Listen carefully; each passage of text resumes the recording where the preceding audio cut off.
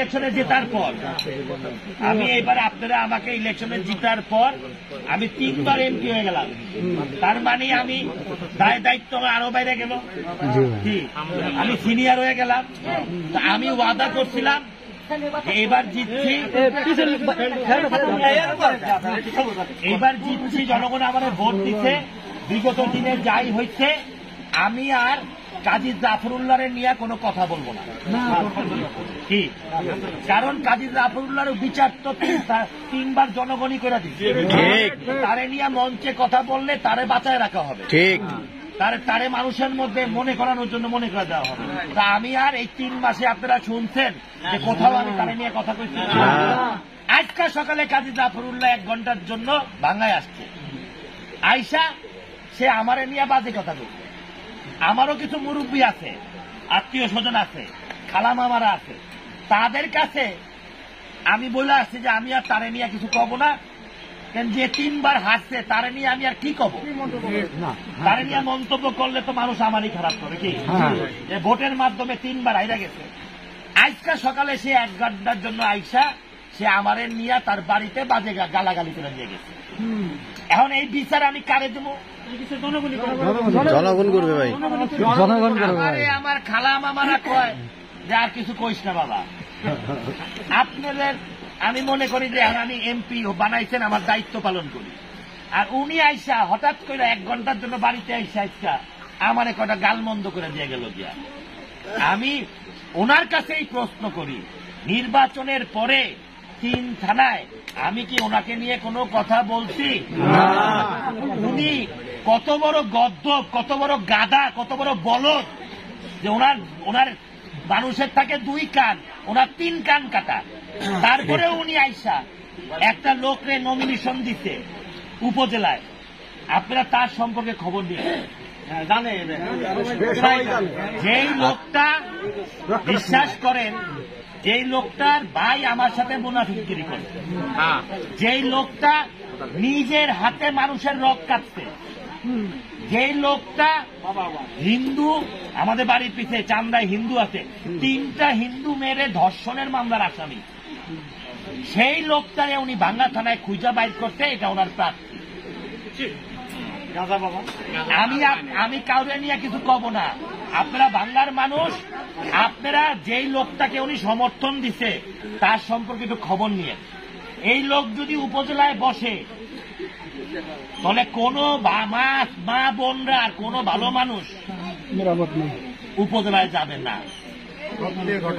ঠিক, এবং আপনারা নিজেরা খবর নিয়েন কারে দিতে। জাফরুল্লাহর এত বড় অধপতন, এত বড় বলদ হয়েছে বেটা। এবার 3 বার হাইরা বেটা গেছে মাথা নষ্ট হইয়া। একটা শিক্ষকরে দিত, একটা যে কোনো মানুষে দিত। উনি একটা হেরোইনচি, একটা রক কাটার আসামি, তারে দিতে ওনার সমর্থন। মানে ওনার ওই যে রূপাই পাটনা, রূপাই দেখাইছে। ইদানিং ফেসবুকে খুলে দেখি যে মেদা গেদা মানে একদম গোনার বাইরে তারা আমারে গাইলায়, আমারে চ্যালেঞ্জ করে। আমাকে বাজান, আমি তো ছোট মানুষ, বাংলাদেশের না পৃথিবীর সবচেয়ে শক্তিশালী মানুষ হল শেখ হাসিনা। কি এখন পৃথিবীতে সব থেকে শক্তিশালী হল বাংলাদেশের প্রধানমন্ত্রী। সে 5 জন শক্তিশালী মানুষের মধ্যে একজন। তারে যখন বাংলাদেশের মানুষ গাইলাইতে পারে, তা আমি কোন চুনা ফুবি গাইলাও বাজার, অসুবিধা নাই। খালি হজমটুক করতে পারবা কিনা এই দেশ এনে যা খাওয়া দিছে আমি সব খাইতে পারি, কিন্তু পেটে ব্যথা, পেটের অসুখ, গ্যাস হজম করতে পারবো কিনা এটা পরের কথা না। অবশ্যই এইবার নির্বাচনের পর ভাঙ্গা থানায় একটা মানুষের গায়ে কেউ হাত দিতে পারে না। পারছে? একটা কোথাও ঘর কোপাইছে? আমি নিজের থাইকায় দায়িত্ব নিচ্ছি যে কারো বাড়িতে কোনো আক্রমণ না হয়। কিন্তু উপজেলায় যেই উস্কানি চলতেছে, যেভাবে আমাদের গায়ে লাগছে, উপজেলা নির্বাচনের পর যদি আমার লোকরা সেইটা যায় তাহলে কি আমি কি রক্ষা করতে পারবো না।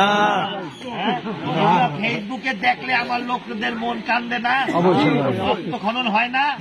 আমি কিন্তু উপজেলার পর আর মানা করব না, আমি কিন্তু উপজেলার পর আর মানা করবো না, কারণ তোমরা যাই লাইতেছো তো তোমরাই হজম করো, কি ঠিক ভাই। কথা ওইটা না। আর ওনারা নির্বাচনে নামছেন ভালো কথা, তবে এই যে মোকলেস যারে দিছে তার ভাই যা জাফরুল্লাহ লোকদের নিয়ে ইলেকশন কর, 24 ঘন্টা আমার লোকগুলা রাইতে যায় পা ধরে। আরে ভাই তুই তোদের লোক নিয়ে যা, এই মোতালেব তুই আমার লোকের পা ধরস কে? তুই তো চেয়ারম্যানে হইতে পারস না, তোরে আর তোর বাইরে চিনে নাকি? তাই আমার চেতাইও না দাদা, আমি নয় ঠান্ডা হইলাম, আমার নেতা কর্মীদের কিন্তু আমি ঠান্ডা করতে পারবো না। আমি নয় শেখ হাসিনারে ভয় পাই, এর দিকে তাকায় হয়তো চুপ করে রইলাম, কিন্তু আমার নেতা কর্মীরা এইসব ভিডিও দেখা কিন্তু উপজেলার পরে যখন দাবর দেবে তখন কিন্তু ওই দাবর আর সহ্য করা যাবে না। একটা ভালো প্রার্থী আমি দিছি, আমি যেই প্রার্থী দিছি একটা লোক যদি তার নামে এটা বদনাম বাইর করতে পারে, 5 ওয়াক্ত নামাজ পড়ে, সৎ ভালো মানুষ, সৎভাবে ব্যবসা করে, বাংলা থানায় একটা লোক যদি তাকে খারাপ বলে আমি রাজনীতি ছেড়ে দেব। 2 বার চেয়ারম্যান ছিল, এলাকায় কাজ করছে, জীবনে কোনোদিন চুরি করে নাই, 5 ওয়াক্ত নামাজ করে, এটা মুরব্বী মানুষ। আমি ভাবছি সবার মধ্যে গ্রুপিং হয় এই ভদ্রলোকটা দিয়েছি, হ্যাঁ তার সাথে জাফরুল্লাহর প্রার্থী মানায়? আপনারা সামনে চোখ আছে না, আপনারা দেখেন তো এটা কোন প্রার্থী? তাই আমি মনে করি যে এলাকার শান্তি বজায় রাখতে হইলে মুখটাকে ঠিক রাখতে হবে। 3 মাসে আমি জাফরুল্লাহরে কিছু বলি নাই, আমার মুরব্বীদের মানায় আমি বলি নাই, কিন্তু উনি আজকে আইসা কেন আমার গাইল? ওনারে কি আমি হারাইছি? ওনারে হারাইছেন আপনারা। ওনারে উনি 3 বার হারছে, মানুষের 2 কান কাটা থাকে, ওনার 3 কান কাটা। ওনার নাক কাটতে হবে। এই লোকটা উন্মাদ হয়ে গেছে, পাগল হয়ে গেছে, বলে আজকে আইসা আমারে গালি দেয় না কি? তাই আমি মনে করি আপনারা ভালো মানুষকে ভোট দেবেন, যে আপনারা উপজেলায় গেলে আপনাদের ইজ্জত দেয়, যার কোনো বদনাম না হয়। কেউ যেন বলতে না পারে বাংলার উপজেলার চেয়ারম্যান ধর্ষণ মামলার আসামি, কেউ যেন বলতে না পারে বাংলার উপজেলার চেয়ারম্যান রক্কাটা মামলার আসামি, কেউ যেন বলতে না পারে বাংলার উপজেলার চেয়ারম্যান ইয়াবার খোর। এইভাবে যেন কেউ না বলে, কেউ সবাই যেন সারা বাংলাদেশ বলতে পারে বাংলার উপজেলার চেয়ারম্যান একটা ভালো কি, মানে ওনার এই নির্বাচিত জনপ্রতিনিধির সাথে আমাদের বাংলার নাম আছে। কিন্তু আজকে আমি যদি চিটংয়ে যা চুরি করি, সারা বাংলাদেশের মানুষ কবে বাংলার এমপি চোর, তাই না? আর আমি যদি একটা ভালো কাজ করি খুলনা যাই, আসলে মানুষ কবে বাংলা সদরপুর চরবদ্দরের এমপি ভালো।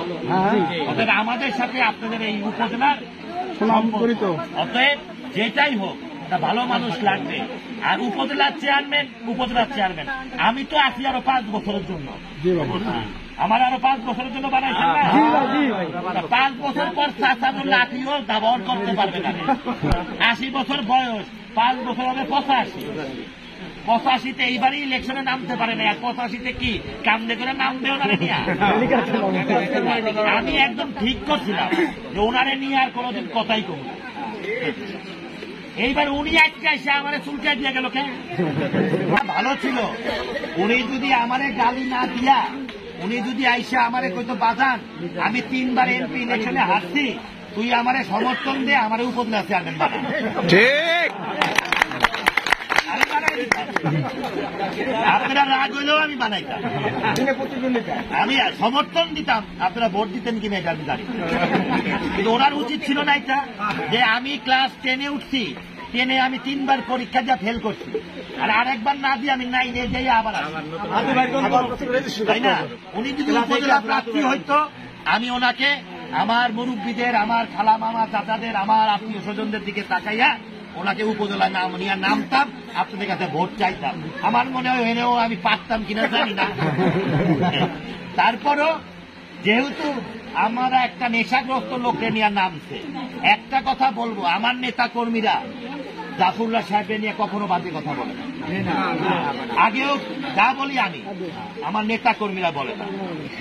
মোতালেবের ভাই এই যে 2-4টা হেরোইনচি, এই যে রক কাটার আসামি, এরা যখন আমার নামে বলে, আমাকে বলা মানে 3 থানার মানুষের বলা।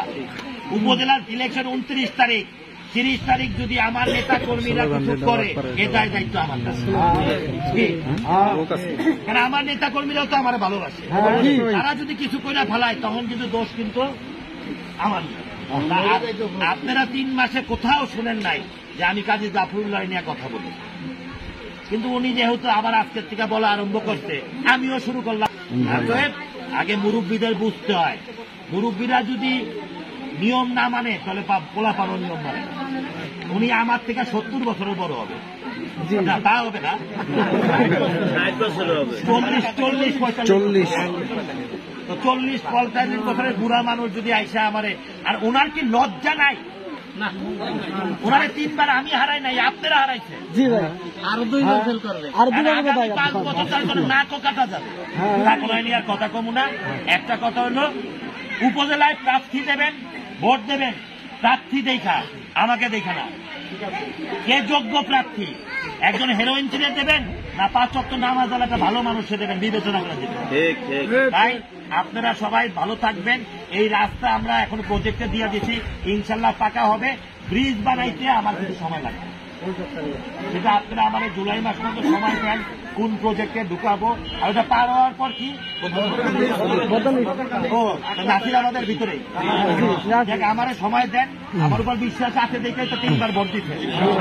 ইনশাল্লাহ আমি এখনো নাসিরাবাদের 2টা রাস্তা আমরা পাকা করে দিচ্ছি। একটা হলো ছোট পাবে, সেই বিশ্বাস রাখেন। সবাই ভালো থাকেন। জয় বাংলা, জয় বঙ্গবন্ধু।